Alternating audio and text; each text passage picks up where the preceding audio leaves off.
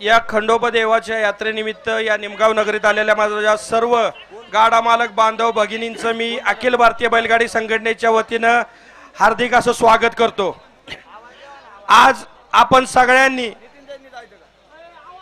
मी खरोखरच पुण्यवान समजतो की मला इथं निमंत्रित केलं आणि या खंडोबा देवाच्या मानाच्या घाटात मला येण्याचं भाग्य लाभलं। आवाज वाढवा पडेल आवाज। खरोखर ह्या खेड तालुका बैलगाडी मालक चालक संघटनेचं ह्या बैलगाडी क्षेत्रावर फार मोठं असं ऋण आहे, कारण की आज हा गाडा सुरू झालाय त्याचं मूळ सिंहाचा वाटा ह्या खेड तालुका चालक मालक बैलगाडी संघटनेने उचलला।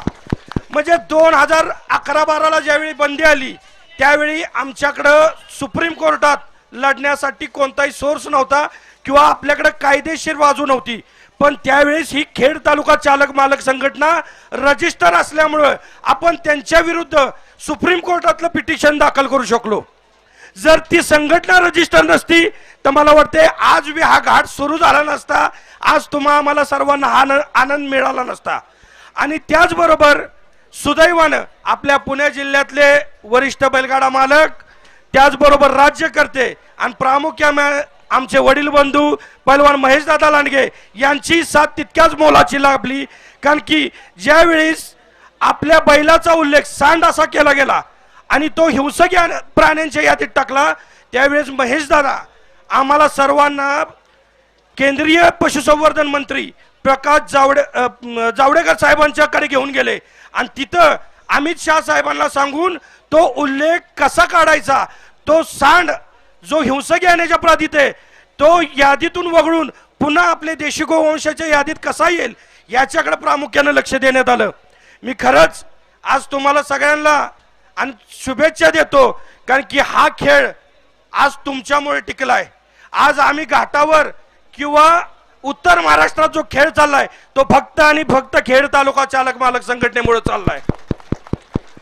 1 महिन्यापूर्वी आमचे सुरेश शेठ, समाधान शेठ, यात्रा कमिटीमध्ये भाऊसाहेब राऊत, पवन सुर्वे, बाबूराव काळे, रामभाऊ राऊत, विलास शिंदे, गणेश जगताप ही सगळी मंडळी 1 महिन्यापूर्वी माझ्याकडे आली होती आणि 1 महिन्यापूर्वी आल्यानंतर त्यांनी सांगितलं होतं पैलवान तुम्ही आवर्जून आमच्या घाटात या, आमचा खेळ कशा पद्धतीचा आहे तो बघा आणि आम्ही तुम्हाला आत्ता ग्वाही देतो की आमचा घाटातला खेळ ह्या घाटात आम्ही पारदर्शक आणि स्वच्छ 100% करून दाखवू।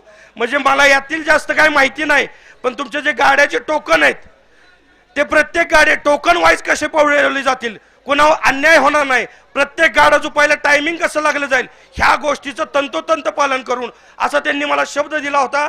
आणि आज मला खरोखरच आनंद होतोय की या सगळ्या मंडळींनी बोले तसे चाले त्याची वृंदावी पावले आपण म्हणतो, जो शब्द दिला होता तो शब्द या खंडोबाच्या चरणी त्यांनी नतमस्तक होऊन दिला होता आणि तो आज पूर्ण करून दाखवला, याचा मला सार्थ अभिमान आहे। आज ज्यावेळेस पिटिशन दाखल केले पेटा संघटनेने आपल्या विरोधात, आजही पिटिशन चालू आहे त्यांचं, आजही ते आपल्या विरोधात सबळ पुरावे गोळा करतायत। माझं तुम्हाला सगळ्यांना हात जोडून एकच नम्र विनंती आहे की कोणाच्याही भूलथापांना बळी पडू नका, कोणत्याही प्रकारचं स्टेरॉइड आपल्या बैलाला वापरू नका, आपल्या जनावराचा हिंसक छळ होऊन देऊ नका, कारण की हे पारंपरिक संस्कृतीचा खेळ टिकवायचा, जोपासायचा आणि कालपर्यंत जो ह्या सगळ्या धोतरवाल्या, लेंगेवाल्या, टोपीवाल्या लोकांनी जपला, जोपासला, आपल्यापर्यंत पोहोचवला, इथून पुढे आपल्या पिढीला तो कसा आजारावर ठेवायचा याची जबाबदारी तुम्हा सगळ्या युवकांवर आहे।